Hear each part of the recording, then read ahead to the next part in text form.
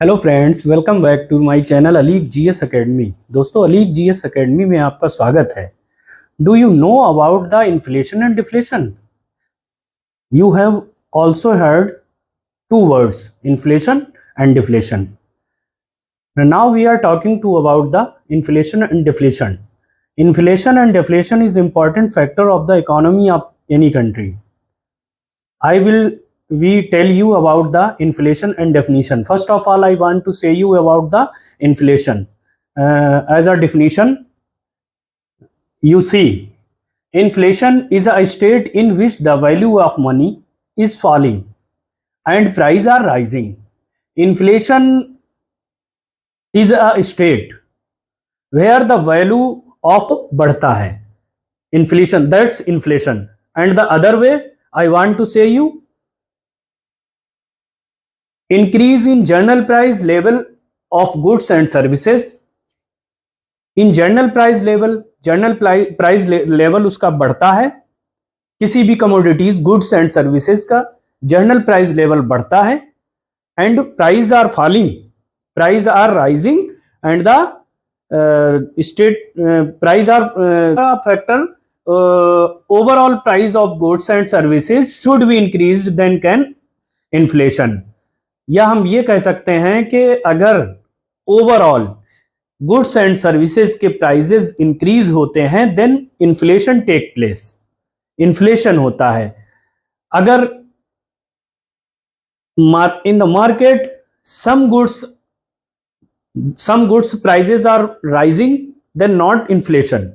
There are inflation take place when the goods and services, overall goods and services prices are rising in market. तो दोस्तों, आप लोगों ने इससे ये समझा होगा कि हमारे मार्केट में, हमारी इकोनॉमी में, हमारे प्राइस बढ़ते हैं तो उसको जो है इन्फ्लेशन कहते हैं, और हम इसको हिंदी में महंगाई भी कहते हैं। इन्फ्लेशन का मीनिंग क्या होता है? महंगाई या मुद्रास्फीति कहते हैं।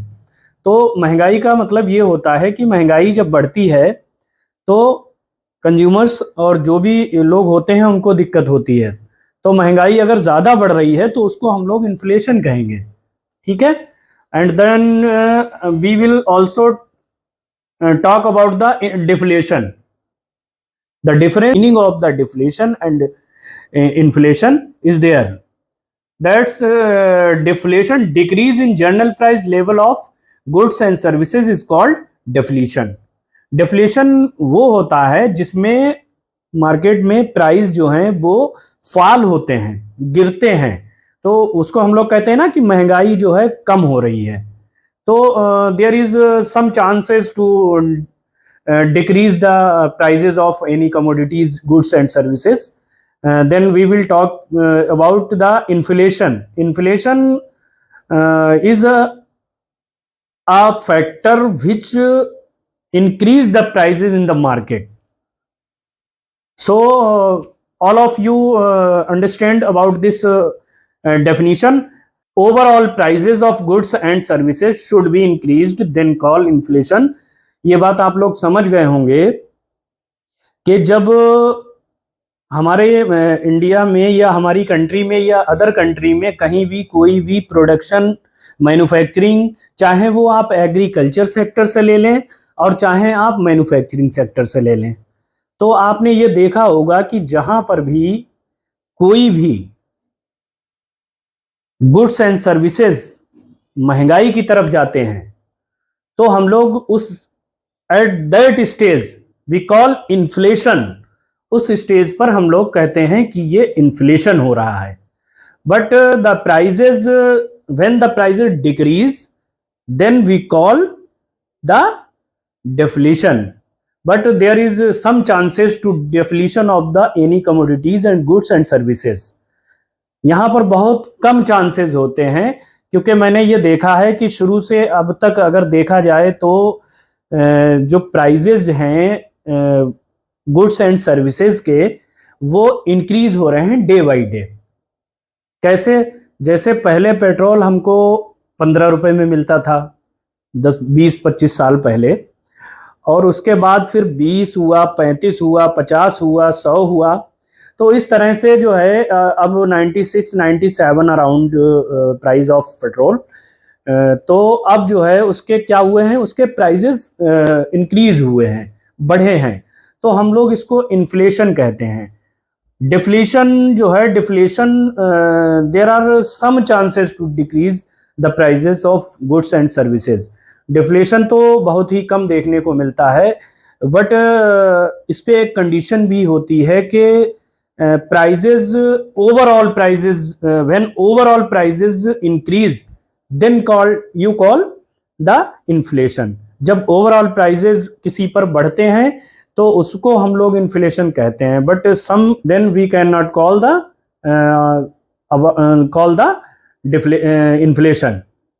तो आप लोग इस तरह से समझ गए होंगे कि what is the difference between inflation and deflation.